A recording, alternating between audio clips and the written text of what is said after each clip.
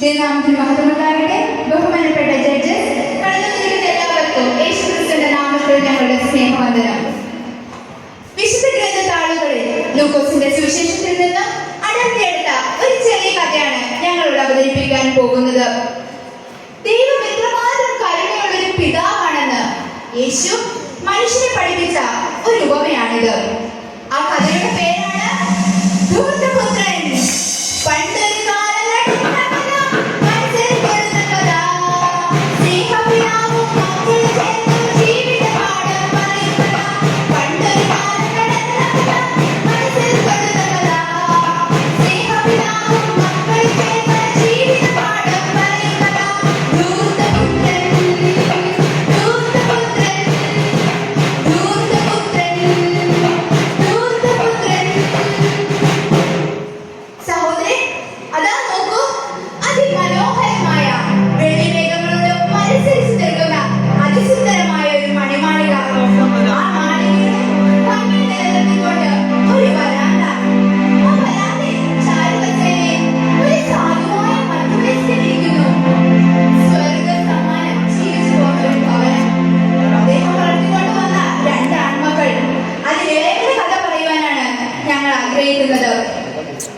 ഒരിക്കൽ പ്രസന്നവദനായിരിക്കുന്ന അപ്പന്റെ അടുക്കിലേക്ക് ഇളയവൻ ഗൗരവഭാവത്തിൽ വന്ന് പറഞ്ഞു, അപ്പ, ഞാൻ അപ്പന്റെ സ്വത്തിന് അവകാശിയാണ്. എനിക്ക് പലപ്പം കൊണ്ട് അത് വാക്കുവെക്കണം, എനിക്ക് തരുവാനുള്ളത് തരണം. ആ അപ്പന്റെ മനസ്സ് സ്തംഭിച്ചു. ആ അപ്പന്റെ മനസ്സ് തകർന്നു പോയി.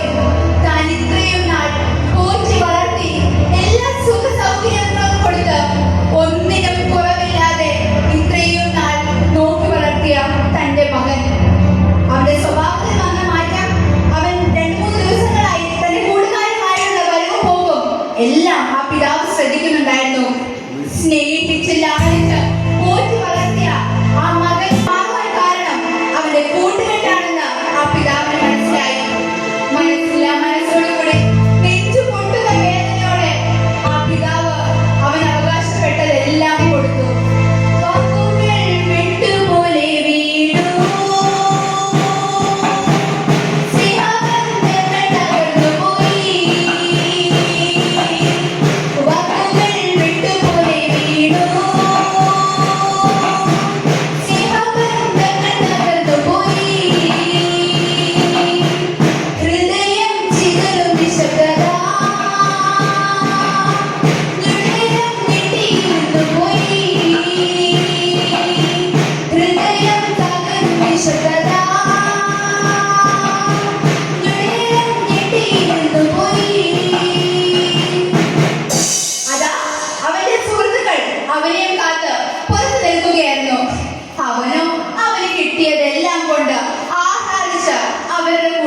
ഒരു ദൂരദേശത്തേക്ക് പോയി.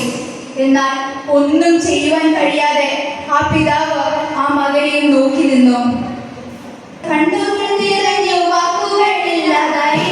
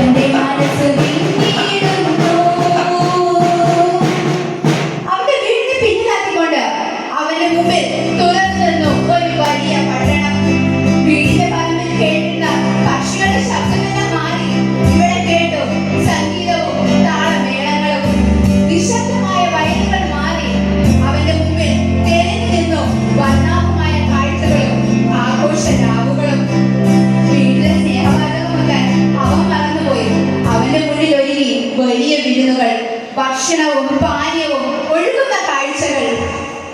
കൂട്ടുകാർ, എടാ ഇതൊന്ന് പരീക്ഷിച്ചു നോക്കൂ എന്ന് പറഞ്ഞാൽ അവരുടെ കൈകളിലേക്ക് മദ്യവും മയക്കുമരുന്നും എല്ലാം വെച്ചു കൊടുക്കുന്നു. ആദ്യം എല്ലാം അറിയുവാനുള്ള ആകാംക്ഷമുണ്ട്. പിന്നെ അത് ശീലമായി. പിന്നീട് അവന്റെ ജീവിതത്തെ തന്നെ പിടിച്ചു മാറ്റുന്ന രീതിയിൽ അത് മാറിക്കഴിഞ്ഞു. തന്റെ പിതാവിന്റെ വീട്ടിൽ ഒരിക്കലും കണ്ടിട്ടില്ലാത്ത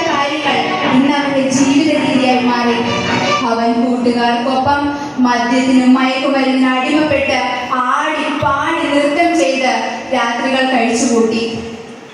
ലൈറ്റുകൾ മിന്നിത്തിളങ്ങി, സ്വപ്നങ്ങൾ പറന്നുയർന്നു, കൂട്ടുകാർ കൈകോർത്തു,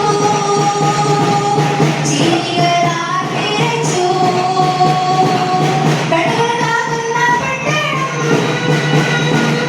മായാജാലം പോലെ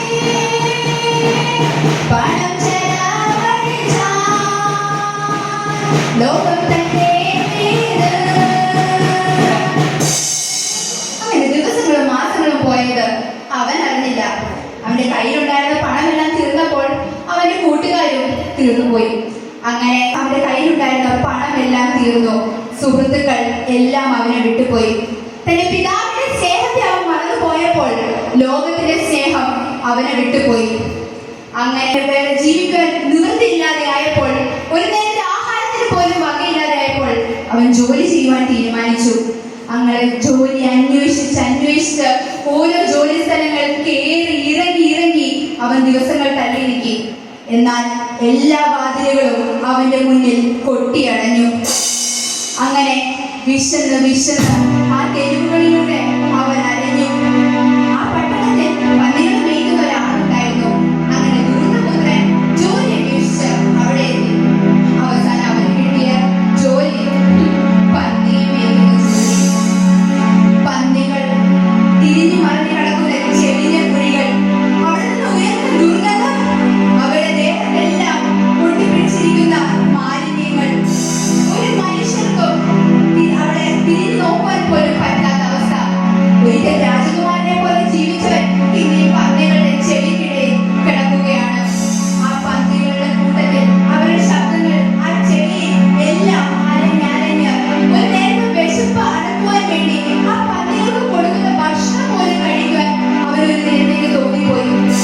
അപ്പോൾ അവൻ അവന്റെ പിതാവിന്റെ ഭവനം ഓർത്തു. അവനെ അത്രയും നാൾ കാത്തു പോറ്റി വളർത്തിയ ആ അപ്പന്റെ മനസ്സ് അവന്റെ മുന്നിൽ തെളിഞ്ഞു വന്നു. ഓർമ്മകളുടെ വാതിൽ തുറന്നു, ഓടി നടന്ന മുറ്റം ഓർമ്മയിൽ വന്നു. ഓർമ്മകളുടെ വാതിൽ തുറന്നു, ഓടി നടന്ന മുറ്റം ഓർമ്മയിൽ വന്നു. എന്റെ അപ്പന്റെ ഭവനത്തിൽ എത്ര ജോലിക്കാർ, അവർ കഴിക്കുന്ന ഭക്ഷണമോ നിരന്തരമായ ഭക്ഷണം. എന്നാൽ ഞാനോ പന്നികൾക്ക് കൊടുക്കുന്ന ഭക്ഷണം പോലും കഴിക്കുവാൻ പറ്റുന്നില്ലല്ലോ. അതെല്ലാം ഓർത്ത് അവൻ ഒരുപാട് നേരം കരഞ്ഞു. അവസാനം അവനൊരു തീരുമാനമെടുത്തു. അതെ, ഞാൻ എന്റെ അപ്പന്റെ ഭവനത്തിലേക്ക് മടങ്ങിപ്പോകും. അതെ, ഞാൻ എന്റെ അപ്പന്റെ ഭവനത്തിലേക്ക് മടങ്ങിപ്പോകും. എന്റെ അപ്പന്റെ കാലുകൾ ചെന്ന് ഞാൻ ഇപ്രകാരം പറയും: അപ്പ, സ്വർഗത്തോടും അപ്പനോടും ഞാൻ പാപം ചെയ്തു. അപ്പന്റെ മകൻ എന്ന് വിളിക്കാൻ പോലും ഞാൻ യോഗ്യനല്ല. അങ്ങയുടെ വേലക്കാരിൽ ഒരുവനെ പോലെ എന്നെ കാണണമേ എന്ന് പറഞ്ഞ് ഞാൻ ആ കാലത്തിൽ വീഴും. അങ്ങനെ അവന് മാനസാന്തരം വരികയും അവന്റെ അപ്പന്റെ ഭവനത്തെ ലക്ഷ്യമാക്കി അവൻ യാത്ര തുടങ്ങി. പാപിയായി ഞാൻ നടന്നൊരു കാലം, ലോകമോഹത്തിൽ ആണ്ടുപോയി ഞാൻ. പാപിയായി ഞാൻ നടന്നൊരു കാലം, ലോകമോഹത്തിൽ ആണ്ടുപോയി ഞാൻ. അങ്ങ് ദൂരെ നിന്ന് അവൻ അവന്റെ അപ്പന്റെ ഭവനം കണ്ടു. എന്നാൽ ആ പിതാവോ അവൻ പോയ എല്ലാ ദിവസവും ആ വാതിക്കൽ ചെന്ന്, എന്റെ മകൻ വരുന്നുണ്ടോ, എന്റെ മകൻ വരുന്നുണ്ടോ, എന്റെ മകൻ ഒന്ന് വന്നിരുന്നുവെങ്കിൽ എന്ന് ആലോചിച്ച് ദിവസങ്ങൾ തള്ളി നീക്കി. അങ്ങനെ പതിവ് പോലെ ആ സ്നേഹനിധിയായ അപ്പൻ തന്റെ മകനെ കാത്തു നിൽക്കുമ്പോൾ അതാ ദൂരെ നിന്ന് വലിച്ച് കീറിപ്പറഞ്ഞ ജീർണിച്ച വസ്ത്രവുമായി അവൻ ആ പിതാവിന്റെ നടുക്കിലേക്ക് നടന്നു വരികയാണ്. ആര് കണ്ടാലും തിരിച്ചറിയാൻ പറ്റാത്ത അവസ്ഥ. എന്നാൽ ആ പിതൃസ്നേഹം അവരെ തിരിച്ചറിഞ്ഞു. ആ പിതാവ് ആ മകന്റെ അടുക്കിലേക്ക് ഓടിച്ചെന്നു, കെട്ടിപ്പിടിച്ചു, ഒരുപാട് കരഞ്ഞു. അതിനുശേഷം തന്റെ വേലക്കാരെ വിളിച്ചു: ഇതാ എന്റെ മകൻ തിരിഞ്ഞു വന്നിരിക്കുന്നു, ഇതാ എന്റെ മകൻ തിരിച്ചു വന്നിരിക്കുന്നു. ഇന്നിവിടെ ആഘോഷമാണ്. മേത്തരമായ വസ്ത്രങ്ങൾ കൊണ്ടുവരുവേൻ, അവനെ അണിയിക്കുവേൻ, മോതിരങ്ങൾ അണിയിക്കുവേൻ, ചെരുപ്പ് ധരിപ്പിക്കുവേൻ. ഇന്നിവിടെ ആഘോഷമാണ്. മേത്തരമായ കാളക്കുട്ടിയെ അറുക്കുവേൻ, മേത്തരമായ വിരുന്നൊരുക്കുവേൻ.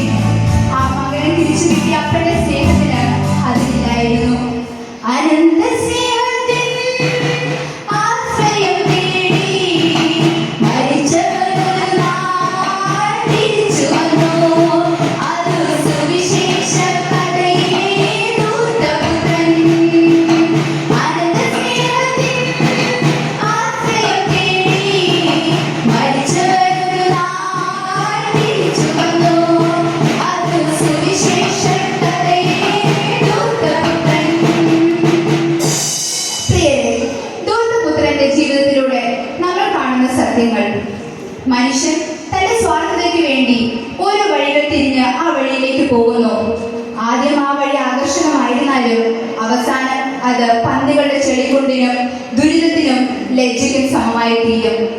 എന്നാൽ പശ്ചാത്താപത്തോടെ വിനയത്തോടെ തന്റെ പിതാവിന്റെ അടുക്കലേക്ക് മടങ്ങി വന്നവനെ ആ പിതാവ് തള്ളിക്കളഞ്ഞില്ല. അവനെ ശിക്ഷിച്ചില്ല, മറിച്ച് അവനെ ചേർത്ത് പിടിച്ചു, നേത്രമായ വസ്ത്രങ്ങൾ ധരിപ്പിച്ചു, വിരുന്നൊരുക്കി.